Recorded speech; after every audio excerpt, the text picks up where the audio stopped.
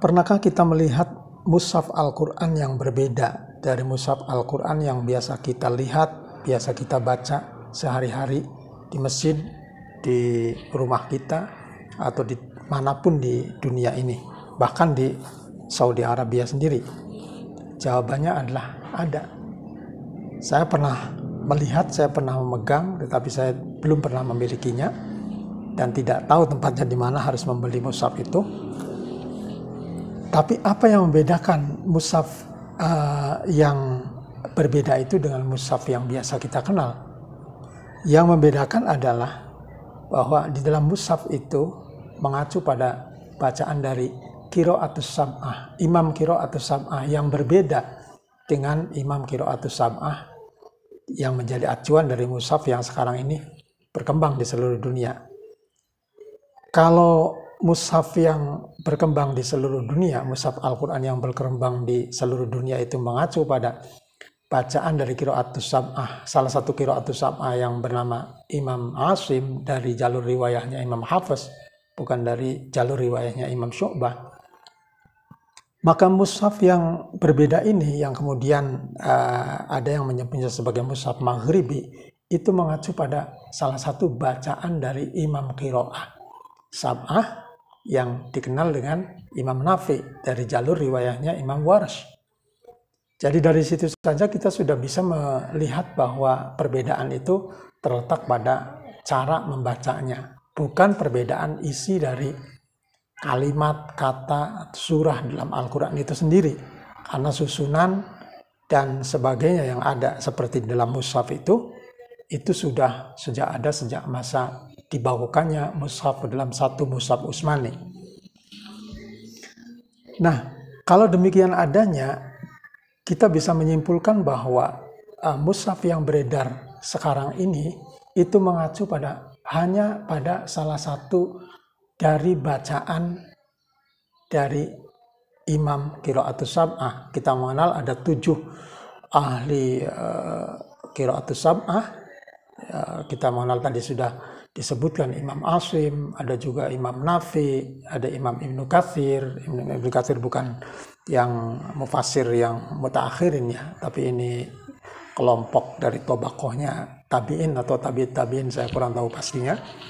Ada bacaannya Imam Abu Amr, Ibnu Amir, Imam Kasai, dan lain-lain. Kalau demikian secara teoritisnya, maka kita bisa membuat suatu kesimpulan. Sebetulnya mushaf Al-Quran, kalau hanya mengandalkan pada perbedaan bacaan dari imam-imam qiraah, bisa diterbitkan dalam beberapa varian mushaf Al-Quran.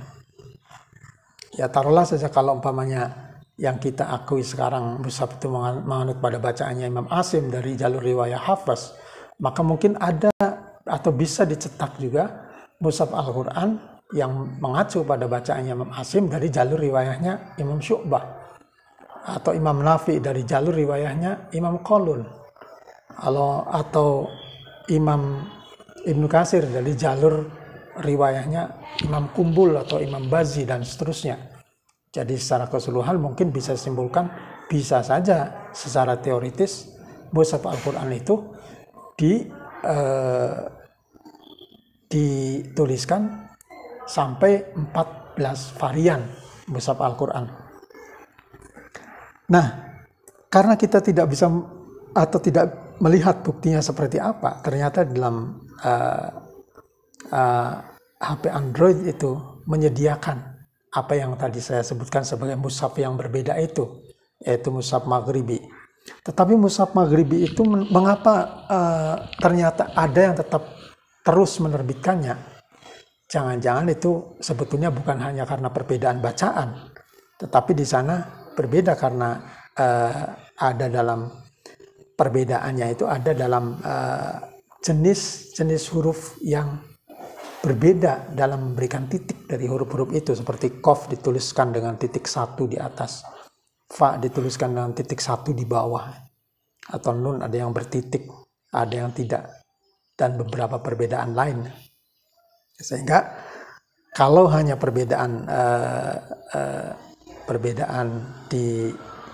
kepada siapa imam yang dianutnya, barangkali itu mungkin bisa dipelajari secara teoritis. Artinya kita bisa membaca mushaf dari yang ada sekarang yang menganut pada bacaannya hafaz, tetapi kalau kita punya kemampuan untuk mengetahui teori bacaan dari imam-imam yang lain, mungkin cukup dengan teori itu dipraktekkan.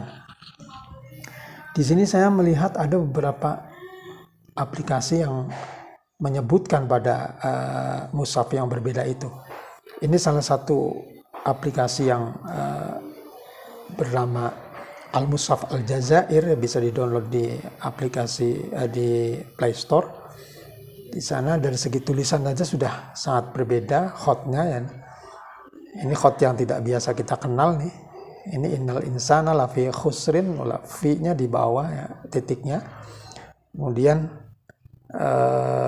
wa tawassaw bil haqqi, titiknya ada berapa tuh, ini masih kurang jelas dari sini, coba yang lainnya.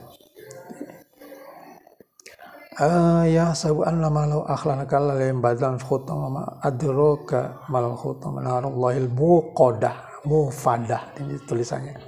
Itu dari segi tulisan tentu ini sangat syadz ya, sangat janggal ya, karena tidak mengikuti kaidah tulisan atau kaidah titik yang dulu diprakarsai oleh tokoh-tokoh terdahulu yang membedakan antara huruf yang satu dengan huruf yang lain dengan titik itu. Kita bisa lihat di sini ada beberapa. Nah, ini juga bentuknya bentuk khot yang tidak lazim ya, dikenal dalam khot yang kita kenal itu yang 8 atau lebih itu.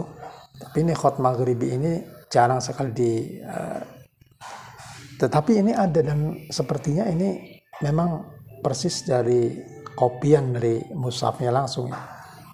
Ada jenis yang menggunakan khot yang mirip khot naskhi. Ini. Nah, ini hampir mirip dengan khot naskhi, tetapi tentu dengan titik yang berbeda. Fi titiknya di bawah, kemudian qaf titiknya di atas cuma satu.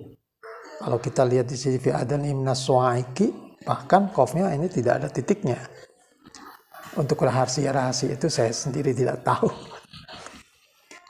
Nah, kemudian kita mungkin dari segi bacaan ya kita sudah bisa ya untuk mengetahui. Kita lihat cara dibacanya seperti apa ini perbedaannya. Saya pilihkan ayat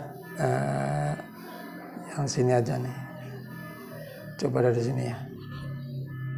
Wa minan nasi may yaqulu may yafulu, di sini billahi wal yawmil akhir wa ma hum bimu'minin. Kita coba dengar bacaannya.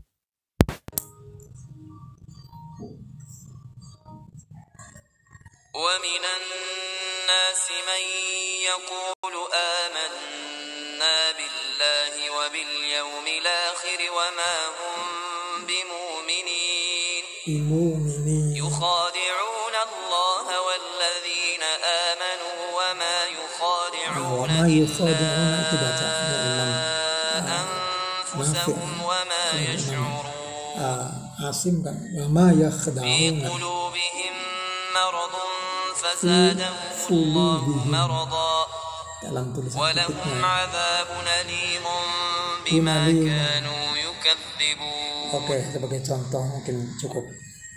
Ya, demikian perkenalan mengenai mushaf yang berbeda, barangkali ada manfaatnya. Sampai jumpa.